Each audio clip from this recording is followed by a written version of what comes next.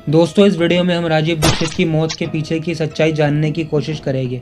क्या उनका मर्डर हुआ या फिर इसके पीछे कुछ और बात थी।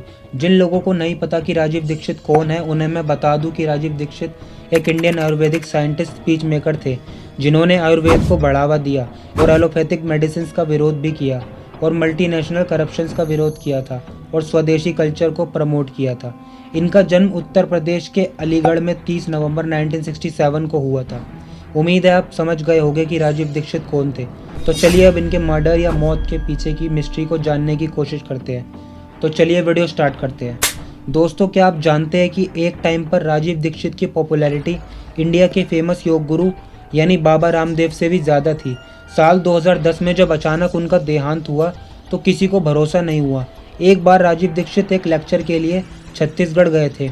अचानक रास्ते में उनकी तबीयत खराब होने लगी और दिल का दौरा पड़ गया, जिसके बाद उनको हॉस्पिटल में एडमिट कराया गया, जहां डॉक्टर्स ने उनको मृत घोषित कर दिया था। राजीव दीक्षित की अचानक मौत के बाद तमाम तरह की थ्योरीज सामने आई, जिसमें से एक थ्योरी ये थी कि जैसा कि आप इस आर्टिकल में देख सकते हैं, राजीव दीक्षित के फॉलोअर्स का ऐसा मानना था कि भारत और दूसरे देशों में मल्टीनेशनल कंपनीज के खिलाफ उनके आंदोलन की वजह से उन्हें जहर देकर मार दिया गया था।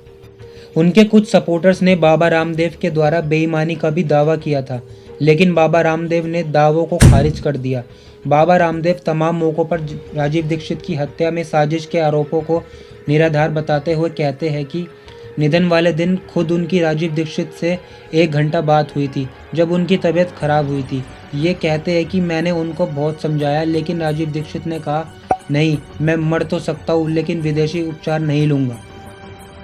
मैंने खुद राजीव भाई से कम इस पूरे अंतराल में 1 घंटे के करीब बात की होगी। जब उनकी तबीयत खराब हुई तब करीब पौना घंटा मैंने उनको समझाया, बोले नहीं, मैं मर तो सकता हूं लेकिन मैं विदेशी उपचार नहीं लूंगा।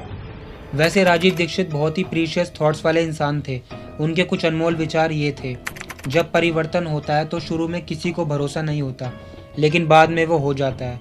व्यक्ति मरने से नहीं डरता है, मरने से पहले आने वाले दर्द से डरता है। अगर आप विदेशियों पर निर्भर है तो आप दुनिया में कोई ताकत हासिल नहीं कर सकते। जब भारत में कोई विदेशी कंपनी नहीं थी, तब भारत सोने की चिड़िया था। मेरा ही मन स्वदेशी, मेरा हो तन स्वदेशी, मर जाऊँ तो भी मेरा होवे कफन स्वदेशी। अब उन मेन कॉजेस के बारे में बात करेंगे जिनकी वजह से उनकी डेथ मर्डर मिस्ट्री बन गई। राजीव दीक्षित की मौत के वक्त उनका शव नीला पड़ गया था।